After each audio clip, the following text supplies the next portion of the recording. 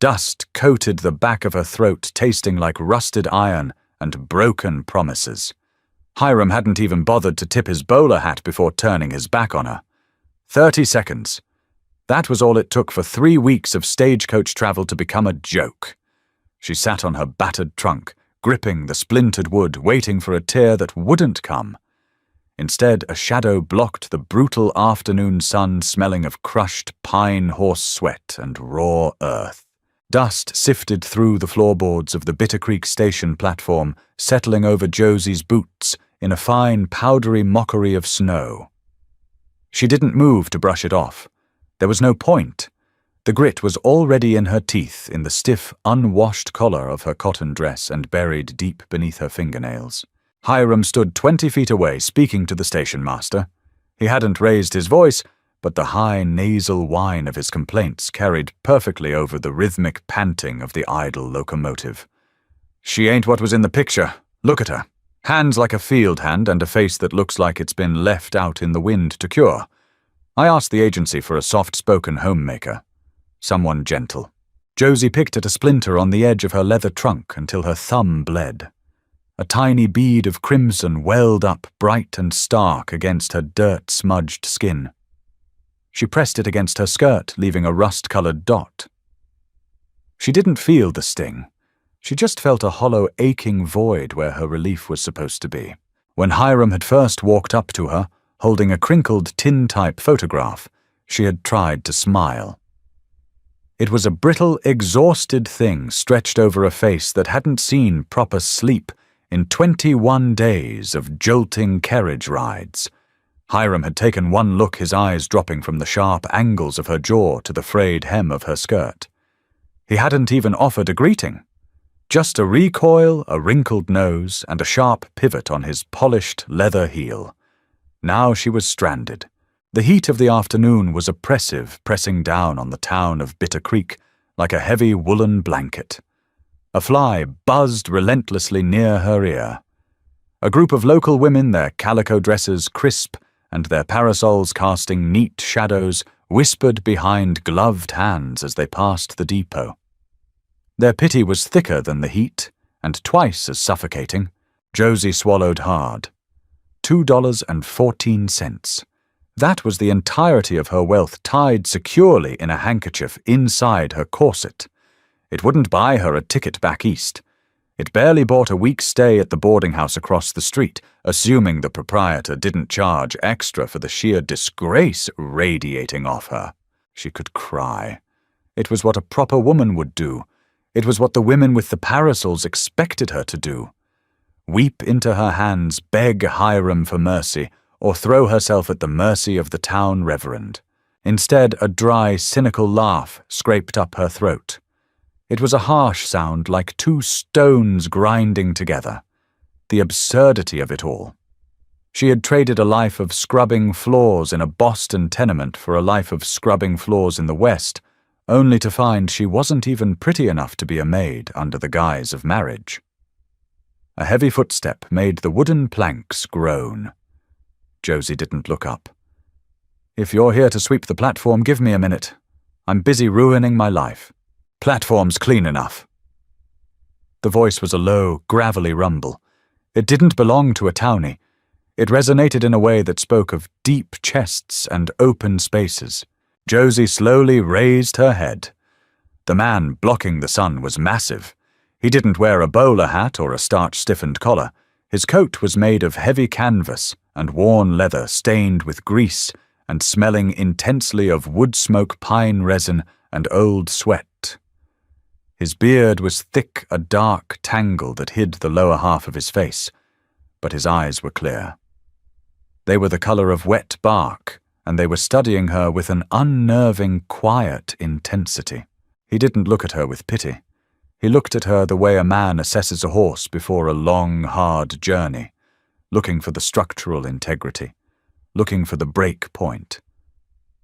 "You Hiram's mail order?" he asked. Josie's spine stiffened. She planted her boots firmly on the wood. "I was. Seems I expired in transit." The man shifted his weight. A rifle was slung casually over his broad shoulder, the wood of the stock polished smooth by years of friction. He's a fool, once a porcelain doll in a country that breaks iron. And you're here to offer condolences. Save your breath, mister. I don't need charity, and I certainly don't need a sermon. She went back to staring at her trunk. She needed a plan. The saloon at the end of the street had a sign out for a washerwoman. It was back-breaking work, the kind that rotted your hands and bent your spine, but it paid. The giant didn't leave. He crouched down, a slow, deliberate movement bringing his eye level down to hers. Up close, the smell of him was stronger. Not dirty, but wild, like a storm blowing through a canyon. I ain't offering charity, he said quietly. His voice dropped to a register that barely carried past the edge of her trunk. I came to town for supplies, saw what happened, saw you sit here. Fascinating entertainment, I'm sure. Saw you didn't cry. He continued, ignoring her sarcasm. Saw you check the weight of your coin purse through your dress. You're practical. You don't panic. Josie glared at him. Get to the point before the sun sets. He held her gaze. There was no softness in him, no polite societal veneer, just a raw, pragmatic hunger. My name is Leonard, he said. I got a cabin 3 hours up the ridge, and I got 2 kids, 5-year-old twins. Their mother died in the fever outbreak 2 winters back. He paused. The fly buzzed between them. Josie watched a muscle twitch in his jaw. They're wild, Leonard said, the words tasting like ash in his mouth. I can hunt, I can trap, I can keep the roof from caving in, but I can't raise 'em right. They're feral as mountain cats. I leave 'em alone too much when I'm checking lines. They need tending. He leaned in slightly. My twins need a mother like you. Josie let the words hang in the sweltering air. A mother like you. Like me. She repeated, her voice dripping with skepticism. You mean cheap, unwanted, stranded on a platform with nowhere to go? Leonard didn't flinch. He didn't offer a polite lie to soothe her pride. I mean tough. I mean someone who takes a hit from a coward like Hiram and doesn't waste time weeping over it. I need someone who won't break the first time the snow piles up over the windowsills. Josie looked at him.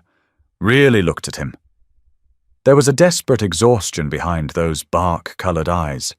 He wasn't looking for a wife. He was looking for a partner in survival.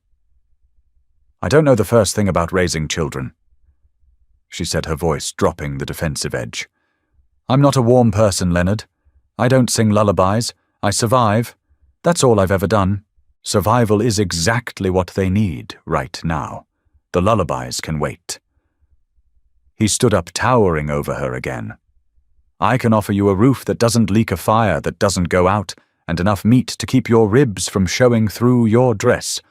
You won't be a servant. You'll be the lady of the house. We get married proper at the courthouse right now. It protects you, and it keeps the town gossips off my back. A sour knot tightened in Josie's gut. Marriage, another transaction. But this one didn't involve deceit. Leonard was laying out the harsh, unvarnished truth like tools on a workbench. She looked across the street. The saloon doors swung open, spilling the tinny, out-of-tune notes of a piano and the harsh laughter of drunk men onto the dusty street. She imagined her hands plunged into lye water, scrubbing out the vomit and blood of strangers for pennies a day. Then she looked back at Leonard. If I say yes, she said, her voice surprisingly steady, I handle the house my way. You don't interfere. Deal. And if you ever raise a hand to me, I'll take that rifle of yours and shoot you in your sleep. The corner of Leonard's mouth twitched. It wasn't quite a smile, but it was close.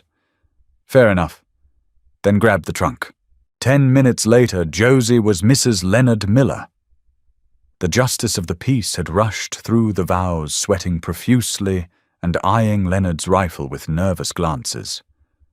There were no rings, no kisses, just a signature in a ledger and a quiet nod between 2 strangers binding their lives together over an inkwell. The ride up the mountain was brutal. Leonard's wagon was a sturdy, unsprung thing designed for hauling lumber and pelts, not passengers. Every rut in the trail transferred a bone-jarring shock straight up Josie's spine. She sat on the hard wooden bench next to him, clutching the edge of the seat until her knuckles turned white. They didn't speak. The silence wasn't entirely uncomfortable. It was heavy with the exertion of the horses pulling against the steep incline. As they climbed, the suffocating heat of Bitter Creek began to bleed away. The dusty scrub brush gave way to towering ponderosa pines. The air grew thinner, sharper, carrying the scent of damp earth, decaying needles, and the icy tang of distant snowmelt. It was clean. For the first time in her life, Josie took a breath that didn't taste like soot or horse manure. She stole a glance at her new husband. Leonard's hands on the reins were massive, the skin scarred and calloused from a lifetime of hard labor. He drove the team with subtle, expert motions.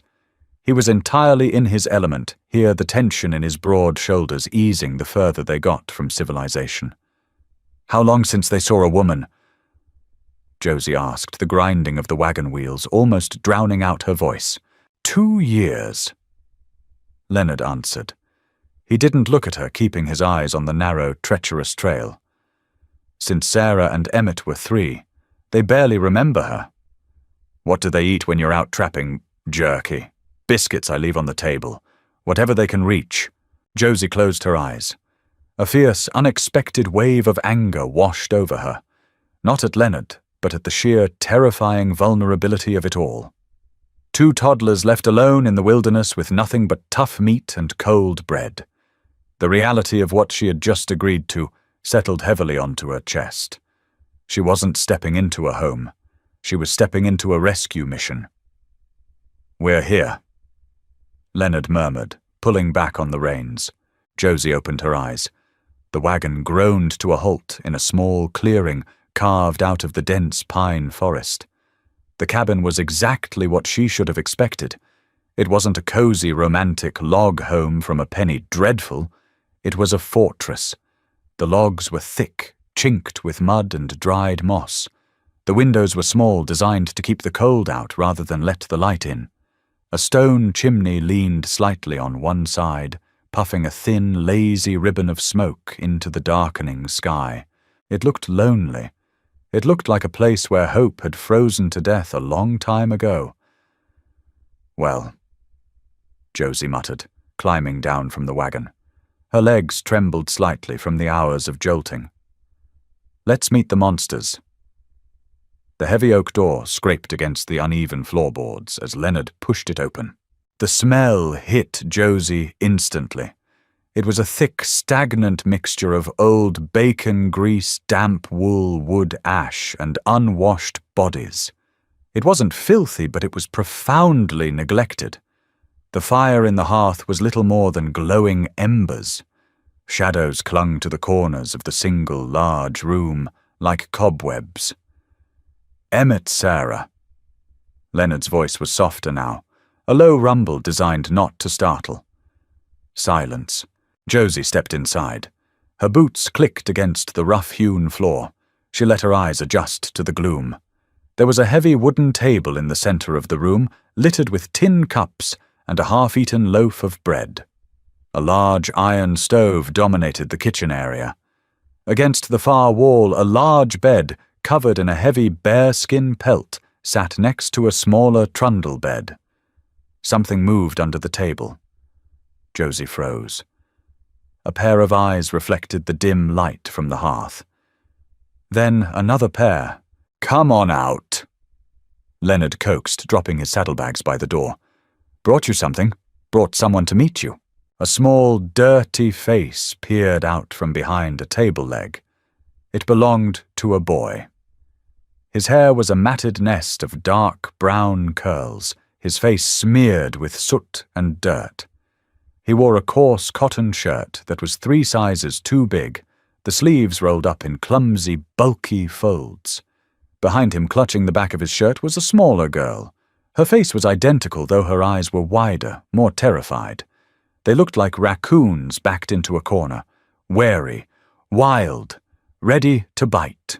Josie didn't feel a sudden magical rush of maternal warmth. She didn't want to fall to her knees and pull them into a tearful embrace. She just felt an overwhelming, crushing wave of exhaustion. The headache that had been threatening to hatch since Bitter Creek finally broke open behind her eyes, throbbing in time with her pulse. She stood there, a strange woman in dusty, stiff city clothes, staring at two feral children who belonged to a man she had met 4 hours ago. It was madness. The boy Emmett stepped cautiously out from under the table.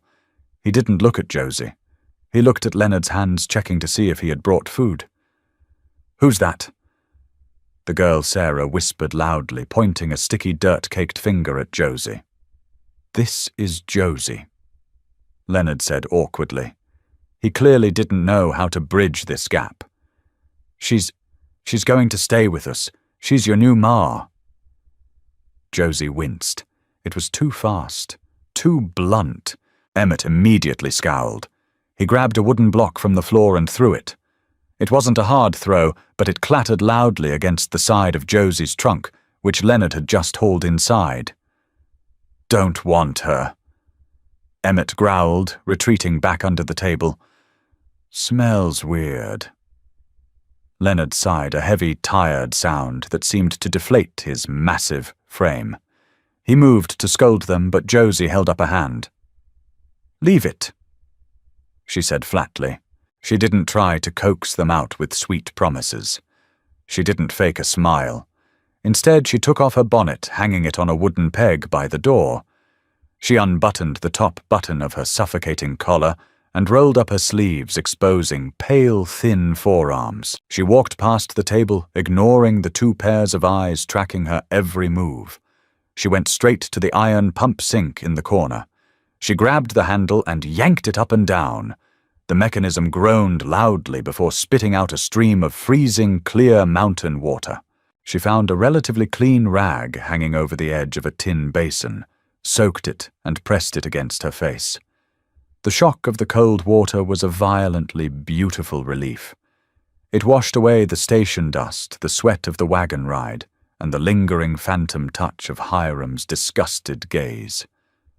When she lowered the rag, she turned around. Leonard was watching her from the doorway.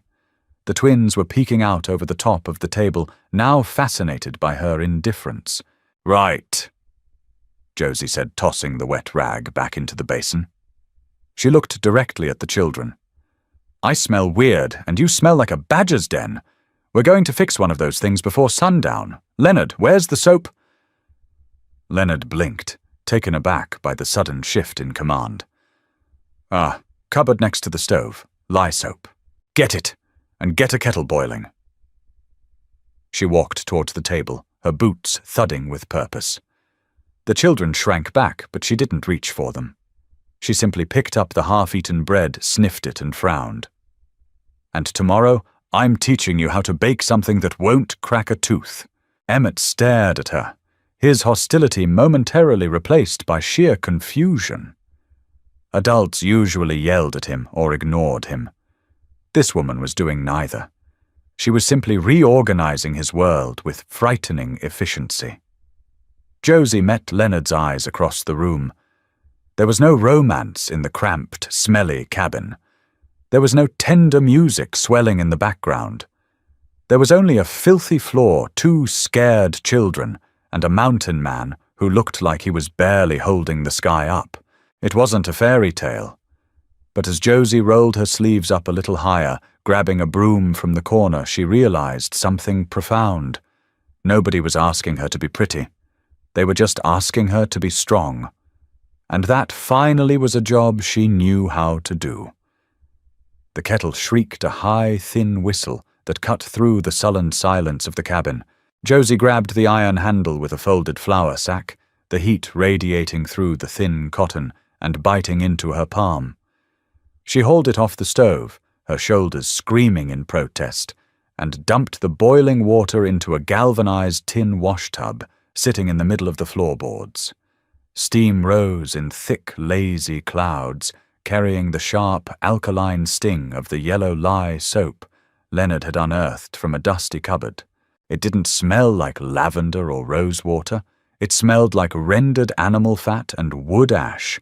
It smelled like work. "All right," Josie said, dropping the heavy soap into the water with a hollow thunk. She grabbed a bucket of cold water by the door to temper the heat. "Who's first?" Emmett and Sarah were backed against the rough logs of the far wall, their small hands gripping the edge of the bearskin pelt on the bed. They looked at the steaming tub as if Josie had just dragged a cauldron of boiling oil into the room. "No," Emmett said. It wasn't a child's whine. It was a guttural, panicked refusal. Josie didn't sigh. She didn't offer a gentle smile. She walked over her boots, heavy on the wood, and reached for the boy. Emmett reacted like a cornered badger. He scrambled backward, his boots kicking out, catching Josie squarely in the shin. A sharp spike of pain shot up her leg, and a curse died on her tongue. She grabbed him by the collar of his oversized shirt, hauling him forward. He twisted his teeth, sinking into the meat of her forearm. Josie hissed the pain sharp and bright. Leonard, who had been quietly feeding logs into the hearth, stood up abruptly, his massive frame casting a looming shadow. "Emmett, let go." Leonard started, his voice a low, warning rumble. "Stay there."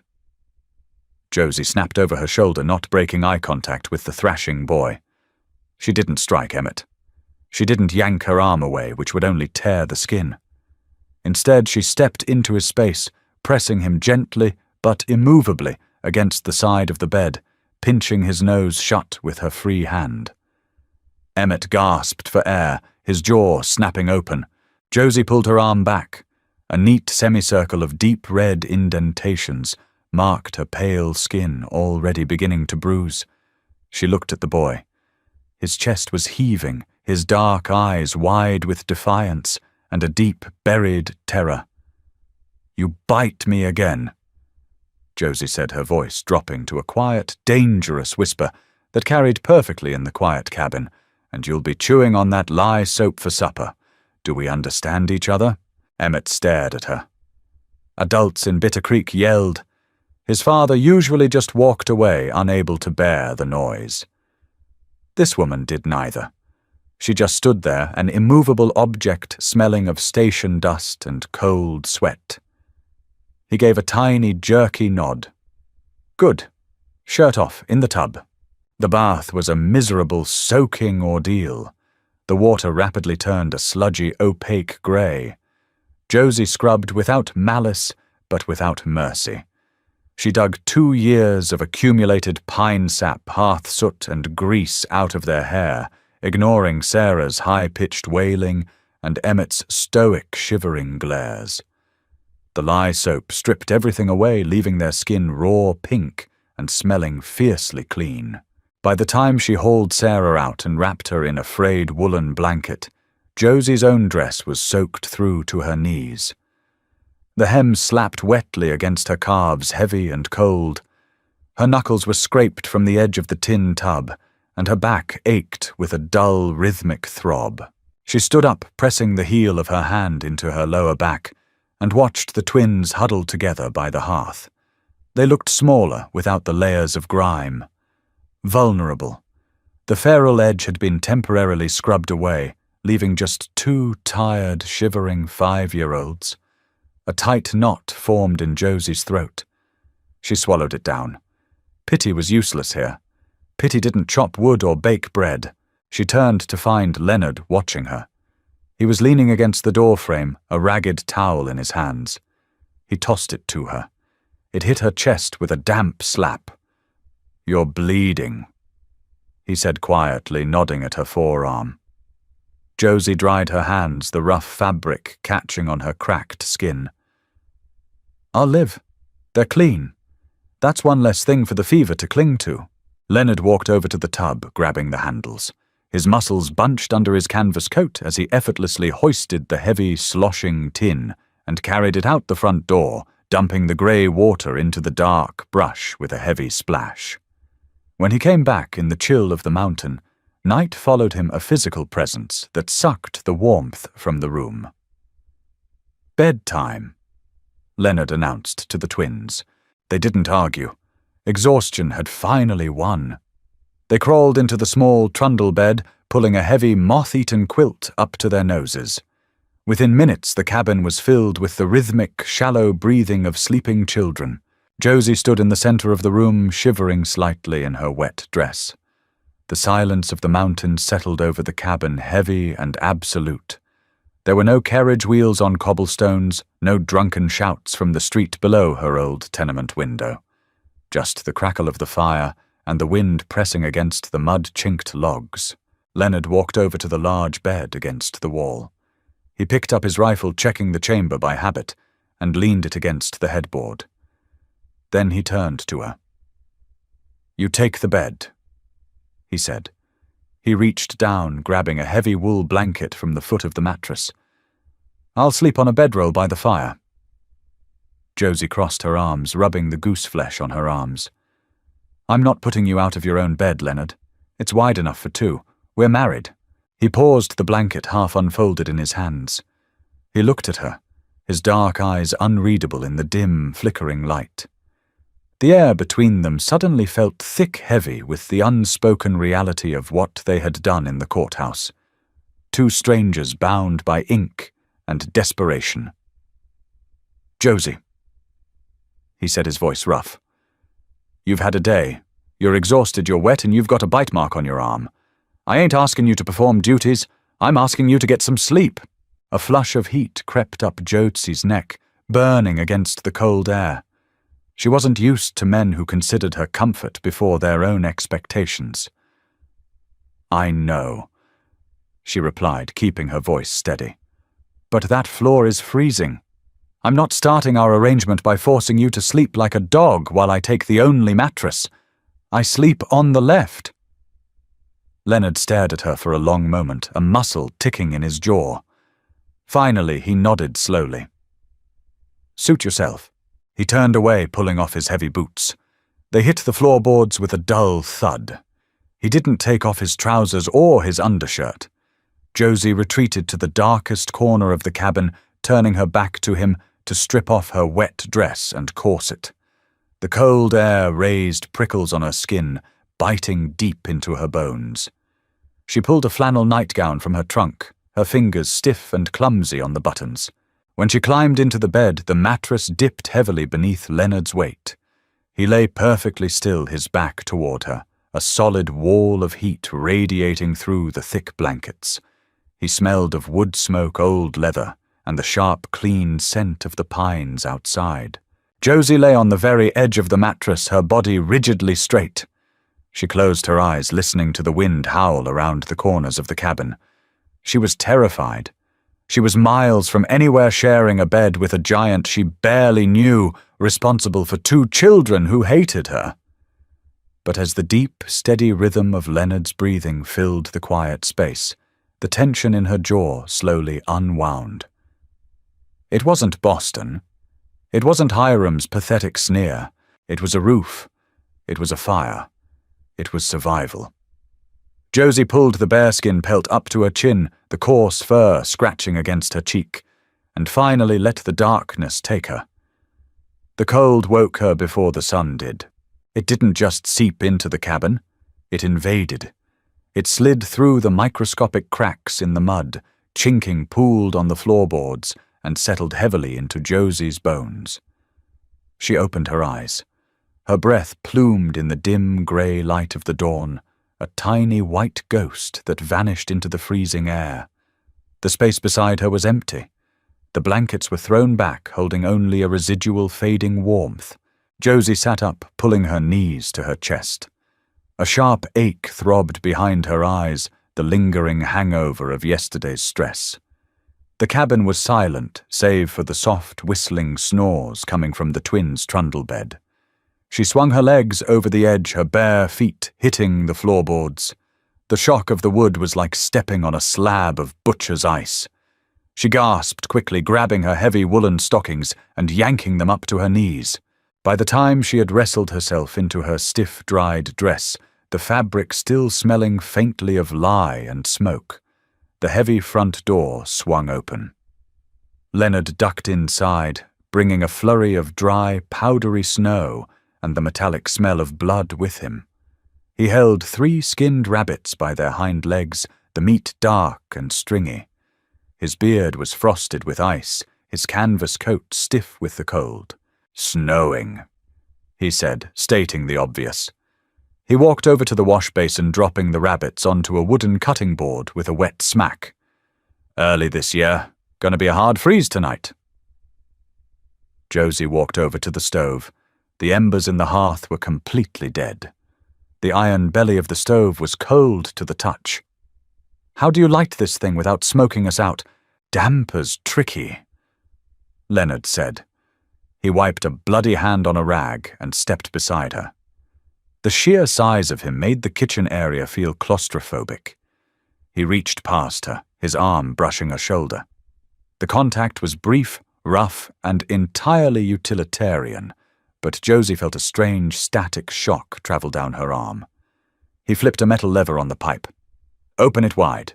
Birch bark first, then the dry kindling. Don't crowd it. It needs to breathe." He struck a match on the side of the iron, touching the sulfur flame to a curl of white bark. It caught instantly, flaring bright and hot. Within minutes, a small, contained fire was popping inside the stove, the cast iron slowly beginning to radiate a desperately needed heat. "I gotta check the traps down the lower ridge," Leonard said, moving back to the rabbits. He grabbed a heavy cleaver, bringing it down with a sickening crunch to remove the heads. "Takes about 4 hours. The kids will wake up soon. They're gonna be hungry and they're gonna be mean." Josie watched him work. His movements were brutal, efficient, and deeply unsettling. "I can handle mean." Leonard paused, wiping the blade on his trousers. He looked at her, his bark-colored eyes heavy with a warning. "Don't let 'em outside, not even to the privy unless you're holding their hands. Cougar tracks near the woodpile this morning. And don't go poking around the shed out back. I keep my bear traps there. They're set and rusted. They'll snap your leg clean in half." He walked over to a wooden peg by the door, lifting a heavy leather holster. He pulled out a massive black powder revolver, checking the cylinder. He walked over to the table and set it down in front of Josie. It hit the wood with a heavy final thud. "Keep it close," he said. "Don't shoot the dogs if they come sniffing around. But if something walks on 2 legs and doesn't knock, shoot through the door." Josie stared at the gun. It smelled heavily of oil and cold iron. It wasn't a gentleman's dueling pistol. It was a tool for killing plain and simple. She didn't reach for it, but she nodded. 4 hours. Bring back something bigger than a rabbit if you can. These kids look like they're made of twigs." A ghost of a smile touched Leonard's lips, hidden quickly by his thick beard. He grabbed his coat, pulled his hat down low over his eyes, and walked out the door. The click of the heavy latch sliding into place sounded like a vault sealing shut. Josie was alone. She stood in the center of the room, listening to the wind pick up, throwing tiny pellets of snow against the small, cloudy windows. She looked at the gun, then at the skinned rabbits, and finally at the flour barrel sitting in the corner. "Right," she muttered to the empty room. "Biscuits." An hour later, the cabin smelled of burnt flour and desperation. Josie coughed, waving a rag to clear the blue smoke hovering near the ceiling. The tricky damper had lived up to its name, choking the fire and sending a thick cloud of soot into the room before she finally wrangled it open. On the table sat a tin plate holding 6 misshapen lumps of dough. They were scorched black on the bottom, pale and doughy on top, and heavy enough to be used as ballast on a ship. She hadn't known the ratio of lard to flour, and she certainly hadn't known how to judge the heat of an iron stove. A quiet rustle drew her attention. Emmett and Sarah were standing by the edge of the trundle bed. They were still in their night clothes, shivering slightly. Their faces were clean, which only highlighted the dark circles under their eyes and the sharp jut of their cheekbones. They stared at the table.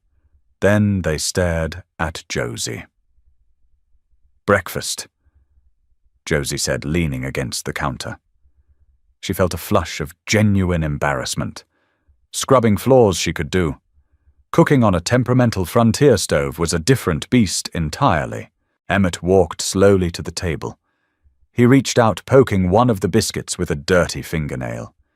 It didn't yield. He picked it up, sniffed the burnt bottom, and dropped it back onto the tin plate with a loud clatter. "Burned," he croaked. His voice was hoarse from sleep and yesterday's screaming. "Astute observation," Josie replied dryly. "I'm not a chef, Emmett. I'm doing the best I can with a stove that hates me." Sarah hid behind her brother, her wide eyes locked on Josie's bruised forearm, a silent reminder of yesterday's violence. "Want Pa's jerky?" she whispered. "Pa took the jerky with him." Josie lied smoothly. The jerky was actually hidden in the top cupboard. She had found it while looking for salt. It was tough, leathery stuff, and she wanted them to eat something warm, even if it was flawed. "This is what we have." Emmett crossed his arms, mirroring a stance he had undoubtedly seen Leonard take 100 times. "Not eating it. Tastes like ash." Josie didn't argue. She didn't try to coax them with a sweet maternal tone. She simply pulled out one of the heavy wooden chairs, sat down, and picked up the least ruined biscuit. She broke it open. The inside was sticky and dense, releasing a faint wisp of steam. She took a bite. It was awful. It tasted like scorched grain and lacked any kind of salt. It stuck to the roof of her mouth like glue. She chewed deliberately, forcing herself to swallow without grimacing. "Suit yourselves," Josie said, taking another bite. "But your pa won't be back for hours. The cougars are out, so you aren't leaving the cabin. If you want to sit there and let your stomachs growl until noon, that's your choice. I, however, have a floor to scrub." She didn't look at them. She kept eating, staring fixedly at the frosted window. The silence stretched thick with a stubborn tension. Josie could feel them watching her, waiting for her to break, waiting for her to yell or force the food into their hands. 10 minutes passed. Josie finished her biscuit, brushing the charred crumbs off her lap. She stood up, walking past them to the water pump. As she grabbed the iron handle, she heard a scrape. She glanced over her shoulder. Emmett had pulled out a chair. He climbed onto it, reaching across the table. He grabbed a biscuit, breaking it in half with a sharp crack, and handed a piece down to his sister. He took a bite. His face scrunched up in disgust, his nose wrinkling. He chewed hard, his jaw working mechanically. He looked up, catching Josie watching him. He didn't smile. He didn't say thank you. But he didn't spit it out either. Josie pumped the handle, the cold water splashing into the tin basin. It wasn't a victory. It was just a truce forged over burnt flour and freezing floors. But as she picked up the scrub brush, she felt the tight knot of panic in her chest loosen just a fraction. They were feral, they were angry, and they were grieving. But they were survivors, just like her. Splinters dug into the heels of Josie's hands, sharp and unforgiving. She ignored them, bearing down on the stiff bristles of the scrub brush. The floorboards of the cabin were deeply grooved, holding on to 2 years of compacted dirt, spilled grease, and ash. It wasn't yielding easily. Every swipe of the brush sent a spray of freezing grey water across her soaked knees. Her lower back burned a hot, tight band of muscle, threatening to seize entirely, but she didn't stop. She couldn't. Scrubbing was math. It was logic. You apply force, you apply lie, and the filth goes away. It was the only thing in this chaotic, terrifying wilderness that she could control. Emmett and Sarah watched her from the safety of the bearskin rug. They hadn't spoken since the biscuit incident. They simply sat there, their knees pulled to their chests, tracking her rhythmic, punishing labor. They looked like 2 starving birds huddled on a wire. Josie paused, wiping a string of sweat from her forehead with the back of her wrist. The air in the cabin was warming up thick with the smell of wet wood and raw soap. She dunked the brush back into the tin bucket. The water was pitch black. "Don't suppose either of you knows where your father keeps a mop?" she asked, her breath coming slightly short. Emmett blinked. He didn't answer. Sarah shoved her face into her brother's shoulder. Right, hands and knees it is. Josie grunted, hauling the heavy bucket toward the door to pitch the foul water into the snow. When she turned back, the heavy iron latch clattering shut behind her, she froze. Sarah was standing by Josie's open trunk. The little girl's filthy fingers were hovering over a folded pale blue silk ribbon, the only pretty thing Josie owned. It was a leftover scrap from a dress she had sewn for a rich merchant's wife in Boston, a stolen luxury that she kept purely to remind herself that softness existed in the world. Josie's instinct was to snap, to yell at the feral child to keep her grubby hands off her one clean possession. The words rose in her throat, bitter and sharp, but she looked at Sarah's face. The girl wasn't malicious. She was mesmerized. Her large, hollow eyes were fixated on the pale blue sheen of the fabric, a color that simply didn't exist in the dull browns and grays of her mountain world. She reached out her finger, trembling slightly, and stroked the silk. A heavy, aching silence filled the room. Josie let out a slow breath, swallowing the harsh reprimand. She walked over her boots, leaving damp footprints on the newly scrubbed floor. Emmett tensed on the bed, ready to spring to his sister's defense, but Josie didn't raise a hand. She knelt beside the trunk, her wet skirt pooling around her. "It's silk," Josie said. Her voice was quiet, stripped of the abrasive edge she usually wore like armor. Sarah flinched, snatching her hand back, as if the ribbon had burned her. She looked at Josie, terrified. Josie reached into the trunk and picked up the ribbon. It weighed practically nothing. She held it out toward the little girl. "You don't grab things that don't belong to you. That's a rule. But you can look. Hold out your hand." Sarah hesitated. She looked at Emmett, who gave a tiny, uncertain shrug. Slowly, agonizingly, Sarah extended a small, calloused hand. Josie draped the silk ribbon over the girl's palm. Sarah let out a tiny, barely audible gasp.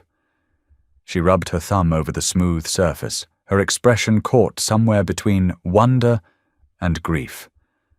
It was a heartbreakingly normal reaction from a child who had been living like a trapped animal. "My ma had a blue dress," Sarah whispered. The words were raspy, as if her vocal cords had rusted from disuse. Josie felt a tight, painful constriction in her chest. She didn't offer a platitude. She didn't say, "I'm sure she was beautiful," or "she's in a better place." Cynicism had taught her that children saw right through empty comfort. "Blue is a good color," Josie said simply. She reached out carefully, taking the ribbon back. She didn't put it in the trunk. Instead, she stepped closer to Sarah, her movements slow and deliberate. She tied the ribbon around the end of one of Sarah's tangled braids, knotting it securely. "Keep it out of the stew pot," Josie ordered, standing back up. Sarah reached up, touching the silk knot in her hair. A tiny, fractured ghost of a smile touched the corners of her mouth. She didn't say thank you. She just turned and bolted back to the safety of the bearskin rug, pressing herself against Emmett. Josie turned back to her bucket, her hands shaking slightly. She wasn't a mother. She didn't know how to heal the deep, gaping wound these children carried. But she knew how to survive, and she knew that sometimes survival required a tiny piece of blue silk just as much as it required a loaded gun. She picked up the scrub brush. The floor wasn't going to clean itself. Shadows bled from the corners of the cabin, thickening as the afternoon light failed. Wind had shifted from a hollow whistle to a low, sustained roar, battering the logs and rattling the heavy oak door in its iron frame. The temperature inside plummeted the second the sun dipped behind the ridge. Josie fed another thick wedge of split pine into the stove, her knuckles raw and bleeding slightly from the coarse bark. 4 hours had come and gone. It had been nearly 7, Leonard's heavy black powder revolver sat on the clean table, a dark, oily threat in the dimming light. Josie hadn't touched it, but her eyes snapped to the weapon every time the wind hit the roof, with a particularly heavy thud. The twins were asleep again, exhausted by the sheer effort of staying warm. They were curled tightly around each other under the heavy quilt, Sarah's fingers still clutching the blue silk ribbon in her hair. Josie paced the short length of the room. Her damp dress had dried, stiff-smelling sharply of lye, and the lingering smoke of burnt biscuits. She stopped by the window, rubbing a small circle in the frost. Nothing. Just a swirling, violent wall of white erasing the world outside. Panic, cold and sharp, began to uncoil in her stomach. If Leonard didn't come back, she was dead. It was a simple, brutal equation. She didn't know how to set a trap. She had 2 starving children, a handful of flour, and a gun she barely knew how to cock. A heavy, muffled scrape sounded outside the door. Josie spun around, her heart slamming against her ribs. She took 3 rapid steps to the table and grabbed the revolver. It was impossibly heavy, the iron grip freezing against her palm. She pointed it at the thick wooden door with both hands. Her finger hovered outside the trigger guard, slick with cold sweat. She wasn't a killer, but the wilderness didn't ask for credentials. It only asked what you were willing to do to see tomorrow. "Leonard!" she called out. Her voice wavered, betraying her. Nothing but the wind. Then the heavy iron latch lifted with a harsh clank. The door shoved inward, forced against the howling gale. Josie raised the gun higher, her breath catching in her throat. Leonard stumbled inside. He didn't look like the immovable giant from the train platform. He was covered in a thick crust of snow, his heavy canvas coat frozen solid. Over his broad shoulders he carried the carcass of a small mule deer, its throat cleanly slit. He kicked the door shut with a heavy boot, sealing out the storm, and dropped the deer onto the floorboards with a wet, heavy thud. Josie lowered the gun, her arms trembling so violently she almost dropped it. She set it carefully on the table and leaned against the wood, sucking in a jagged breath. "You're late," she managed to say. Leonard leaned heavily against the log wall, his chest heaving. The snow on his beard began to melt, dripping onto his chest. He reached up, pulling off his frozen leather gloves with his teeth, and spat them onto the floor. His left hand was a mess. The knuckles were torn open, caked with dark, half-frozen blood. A nasty gash ran up his forearm, tearing through the heavy sleeve. "Ice!" Leonard rasped, his voice ragged. Slipped on a rock face, checking the upper line. Deer bolted. Had to track it 3 miles in the whiteout. He pushed away from the wall, his boots leaving wet, muddy tracks on Josie's newly scrubbed floor. He staggered toward the wash basin. Josie pushed off the table. The panic evaporated, replaced instantly by the cold necessity of the moment. She grabbed the kettle off the stove and poured the warm water into the basin. "Sit down," she ordered. Leonard slumped heavily into a wooden chair. Josie pulled his torn sleeve up, wincing at the jagged tear. It was filled with dirt and tiny shards of pine bark. "This is going to burn," she said, reaching for the yellow lye soap. "Do it." She worked quickly. She didn't offer a soothing touch. Survival didn't afford softness. She scrubbed the dirt from the wound with the rough cloth, the lye stinging the raw flesh. Leonard's jaw tightened a muscle, throbbing near his ear, but he didn't make a sound. Up close he smelled of copper-wet wool and desperate exertion. "You're shaking." Leonard noted quietly, his gaze fixed on her pale, bruised forearm, the one his son had bitten yesterday. "I thought you were dead," Josie said bluntly. She rinsed the rags, the water turning a rusty pink. "And if you die, I die. The kids die, so try to avoid slipping on ice in the future." A low, tired chuckle vibrated in Leonard's chest. "I'll make a note of it." He looked past her, his eyes sweeping the room. He saw the scrubbed floorboards. He saw the sleeping twins. Finally, his eyes caught the flash of blue ribbon. "You cleaned the floor," he said.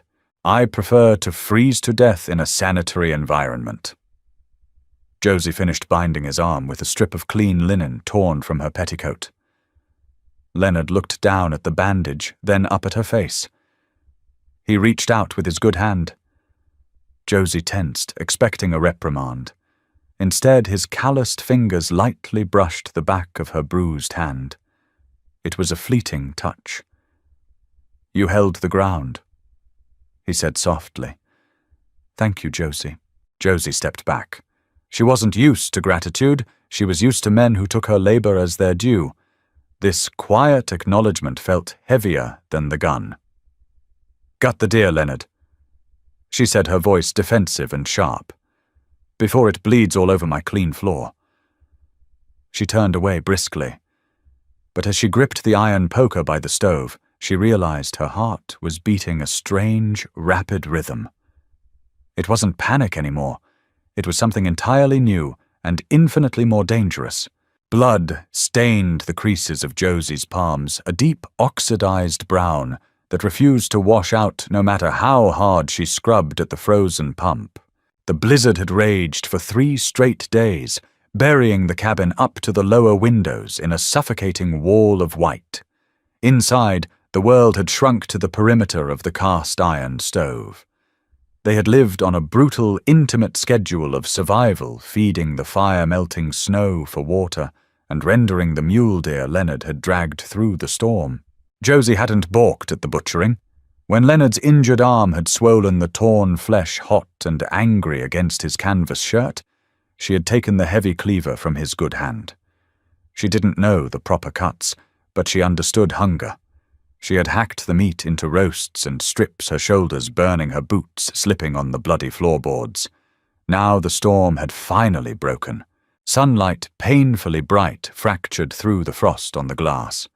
The cabin smelled thickly of roasting venison wood ash and the sharp medicinal tang of the pine pitch Josie had boiled to draw the infection from Leonard's arm. "You're scraping the grain raw." Josie paused, the stiff bristles of her scrub brush hovering over the table. She looked over her shoulder. Leonard was sitting on the edge of the large bed, his left arm resting heavily on his knee. He looked terrible.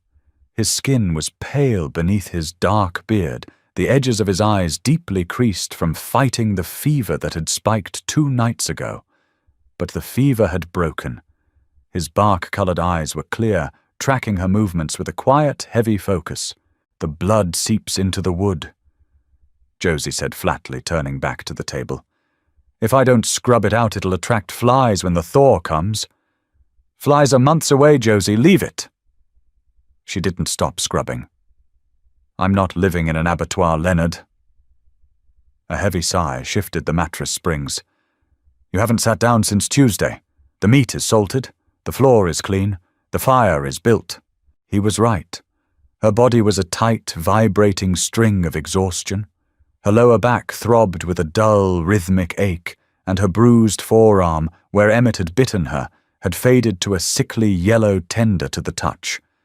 But stopping meant thinking.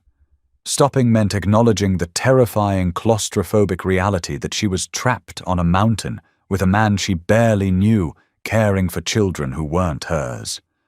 A small, dirty hand suddenly appeared in her peripheral vision. Josie froze. Emmett stood beside her.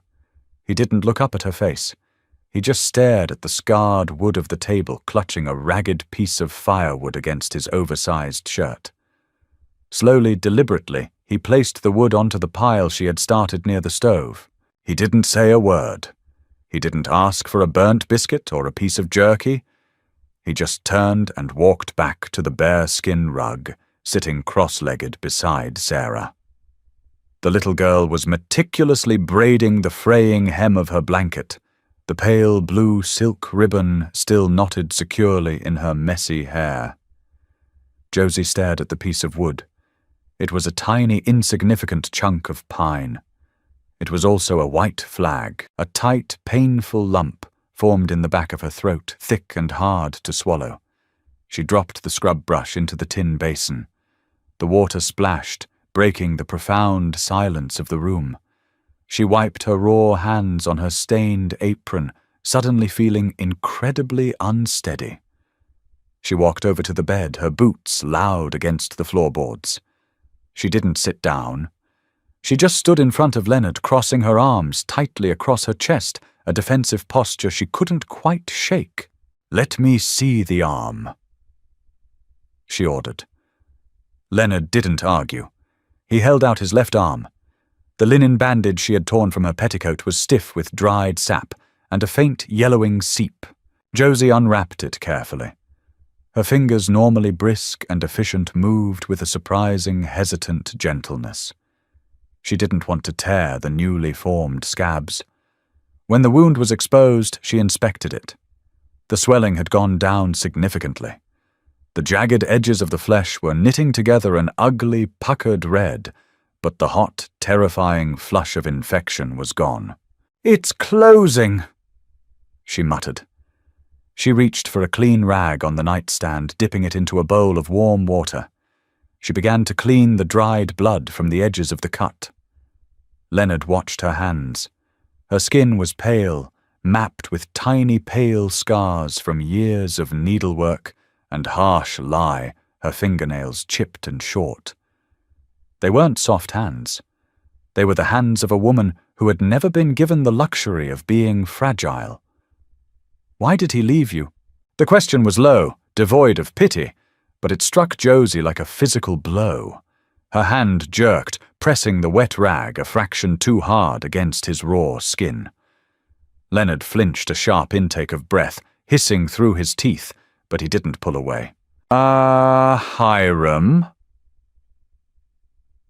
Josie asked, her voice dipping into a protective, cynical register. She didn't look up, focusing intensely on a speck of dried blood on his wrist. "Because I'm not a porcelain doll. He wanted someone to pour tea and look pretty on his arm at church. He took one look at my face and my boots and decided I was defective merchandise." She braced herself for the platitude, the polite reassurance that she wasn't that bad, that Hiram was just a fool. "I was looking for a pet," Leonard said simply. His voice was a deep, resonating rumble in the quiet cabin. "Not a wife." Josie stopped wiping. She finally looked up, meeting his gaze. Leonard wasn't smiling, but there was a profound, unvarnished respect in his dark eyes. He reached out with his good right hand. He didn't touch her face or offer a clumsy embrace. He just wrapped his large, calloused fingers around her wrist, stopping her nervous scrubbing motion. The heat of his palm sank instantly through her cold skin, grounding her. "You kept my arm from rotting," Leonard said. His thumb brushed over the prominent bone of her wrist. "You fed my kids. You didn't break when the mountain tried to freeze us out. I don't give a damn about pouring tea, Josie. I care about who's standing beside me when the timber snaps." Josie's breath hitched. The cynical armor she had worn since Boston, the thick, heavy shell that kept her safe from disappointment, suddenly felt entirely useless. It was cracking, fracturing under the weight of his blunt, honest assessment. She pulled her wrist back, a sudden panic flaring in her chest. It was too fast. It was too real. "I'll boil fresh bandages," she choked out, spinning away from him and marching toward the stove. Leonard didn't push. He just watched her go, a quiet understanding settling over his exhausted features. He had seen wild things cornered before. He knew that trust wasn't forced. It was earned inch by stubborn inch. 2 weeks later, the mountain broke. The heavy, oppressive silence of the deep freeze was shattered by the sound of dripping water. It was everywhere. It pinged against the tin roof, slipped down the mud, chinking, and gathered in muddy, freezing puddles outside the heavy oak door. The massive icicles hanging from the eaves began to drop, shattering against the packed snow like broken glass. Josie pushed the front door open, the heavy iron hinges groaning in protest. The air that hit her face was still brutally cold, but it had a different texture. It tasted of wet pine needles, thawing earth, and raw, unfiltered sunlight. She stepped onto the small wooden stoop, holding a tin cup of black, bitter coffee. For the first time since she arrived, she wasn't wearing her stiff city dress. She wore a pair of Leonard's old canvas trousers rolled up at the ankles and cinched tight at her waist with a leather belt paired with a heavy flannel shirt. It was scandalous by Bitter Creek standards, but out here vanity was a liability. Behind her the cabin was noisy. It wasn't the noise of a feral, frightened silence breaking. It was the chaotic, grating sound of life. Sarah was dragging a wooden block across the floorboards, singing a tuneless, repetitive song under her breath. Emmett was at the table, loudly demanding to know when the bread would be done. Josie took a sip of the scalding coffee, the heat radiating down her throat. She had figured the stove out. Mostly. The bottoms of the loaves were still a little dark, but they were edible, and they didn't taste like ash. A heavy crunch of boots in the slush pulled her attention to the tree line. Leonard emerged from the dense pines. He was carrying a massive deadwood log on his right shoulder, his left arm swinging freely, the bandage finally gone, leaving a brutal, angry scar. He walked with a heavy, rhythmic gait, his breath pluming in the crisp air. He saw her on the stoop and paused, adjusting the weight of the log. Josie didn't look away. She didn't cross her arms defensively. She just watched him mapping the broad slope of his shoulders, the thick tangle of his dark beard, the pragmatic, unyielding strength of him. He wasn't a hero in a dime novel. He didn't smell of bay rum and money. He smelled of wood smoke, sweat, and survival. And he was hers. The realization didn't come with fireworks or soaring orchestral music. It settled into her chest like a heavy, warm stone. A foundation. Leonard walked up to the stoop and let the log slide off his shoulder. It hit the muddy ground with a deep, vibrating thud. He wiped a streak of dirt from his forehead with the back of his wrist, breathing heavily. "Wood's wet," he grunted, leaning his hands on his hips. "Gonna smoke like a chimney until we get it dried out. Then I guess we'll smell like smoked ham for a few days," Josie replied. Leonard looked up at her, standing a step above him on the stoop. His eyes drifted over her borrowed clothes, the stray hairs escaping her messy bun, the relaxed slope of her shoulders. The guarded razor-sharp tension that had defined her every movement since the train station was gone. He stepped up onto the bottom stair, closing the distance between them. The smell of the thawing mountain was entirely overwhelmed by the scent of him. Josie's grip on the tin cup tightened her knuckles, turning white. She didn't retreat. "Town's a week away from being passable," Leonard said, his voice dropping into that low, gravelly register that seemed to vibrate straight through her boots. "I need to go down, sell the pelts, restock the flour." He paused, a rare uncertainty flickering in his dark eyes. "I can get you a ticket back east, Josie. The marriage was a piece of paper to get you off the street. You paid your debt in full, patching my arm and keeping those kids alive through the freeze. You don't owe me a damn thing." Josie stared at him. The out plainly offered. A ticket back to scrubbing floors for rich women who looked through her. Back to the soot and the noise and the terrible, gnawing insignificance of the city. She looked past him at the jagged, brutal teeth of the mountain range stretching against the sky. It was unforgiving. It would kill them if they made a mistake. Then she looked back at Leonard. "Who's going to make the biscuits if I leave?" she asked softly. "You'll poison yourselves." Leonard's chest hitched. The tension bled out of his massive frame, replaced by a fierce, grounding relief. He reached out his rough, scarred hand, wrapping around the back of her neck, his fingers tangling in the loose hair at the nape. He pulled her down. The kiss wasn't gentle. It wasn't polite.